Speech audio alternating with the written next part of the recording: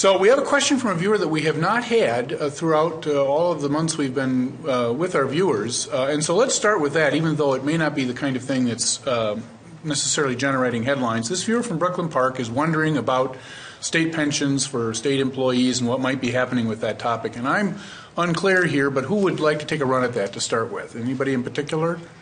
Let's start with you, Representative Johnson. Well, you're recognizing me maybe because I draw a pension myself, and so I follow it.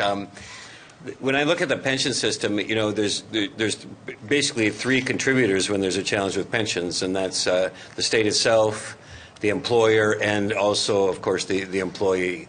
And Minnesota has a pretty nice history of making sure that we have a balanced approach. But it's a challenge to maintain those pensions, and it's really important that those pensions be solid because our retired employees and our current employees looking forward to retirement really have to know that they can have a solid retirement. And so we're working through now how to make sure our pensions are a little more solid. They're all a little underfunded, and it's important that we make those solid so that current pensioners and then also future folks can make sure that they're clear on that. One of the problems we're facing now is that we're looking towards how can we build in an employer, increasing the employer contribution. But to do that, to just say that schools need to do that with a TRA pension without adding funding for the schools to do that would be an unfunded mandate. And I think we're still wrestling with that issue. And then, of course, it gets to the question of how much employees will be contributing more if need be. And also, what do you do with current pensioners? Do they lose any chance at a raise? And that can be hard on a family that's living on that pension. So this is important stuff, and we've got to do it well for the long term, but also for the short term, so what the folks on pensions can keep functioning as a family. Senator Weber, on pensions, any thoughts? Well, actually, and I don't serve on pensions. Early in the year, Senator Rosen asked that I join the pension committee. She even said it was fun. I looked at her and I said, well, Senator, I was born at night, but it wasn't last night. So, but no, it is an important function that we need to do, and I think and it's going to be a fairly large bill. I think we're looking at probably somewhere between 65, 75 million as far as the bill that will eventually come out of the legislature this year.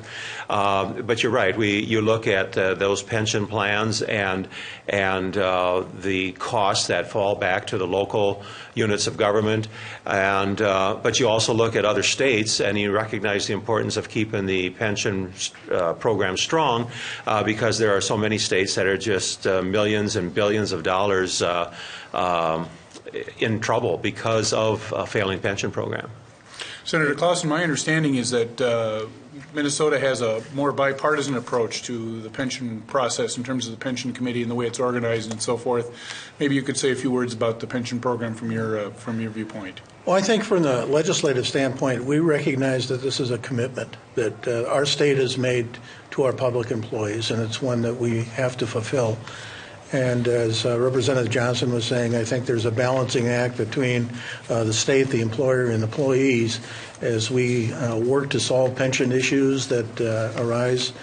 We do have some shortfalls in some areas, and I think we need to work those out as a state, recognizing that we have made a commitment to people, and we need to keep that commitment.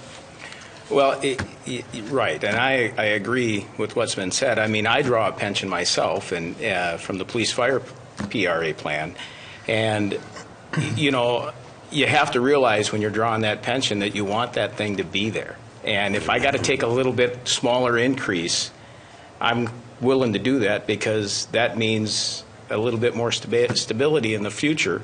But I think Representative Johnson hit it on the head. They all three have to, I think, going to have to put some money into this, and everybody else is going to, every one of us, that three-legged stool is going to have to bear some of the weight of ensuring this pension is there for the future.